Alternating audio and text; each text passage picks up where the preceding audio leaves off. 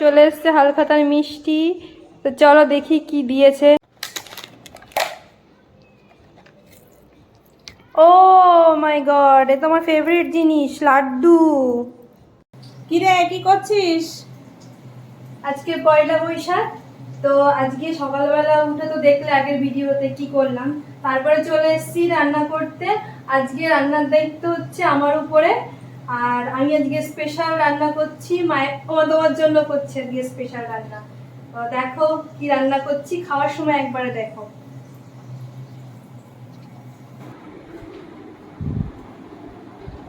এই নাও তোমার স্পেশাল থালি। ওরে বাবা, থ্যাংক ইউ। দেখো,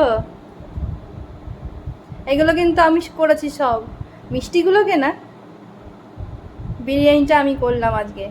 তুমি আমার হাতে বিরিয়ানি খেতে ভালোবাসো, ওই জন্য আজকে তোমার জন্য বছরের প্রথম দিন আমি নিজে হাতে তোমার জন্য বিরিয়ানি করলাম।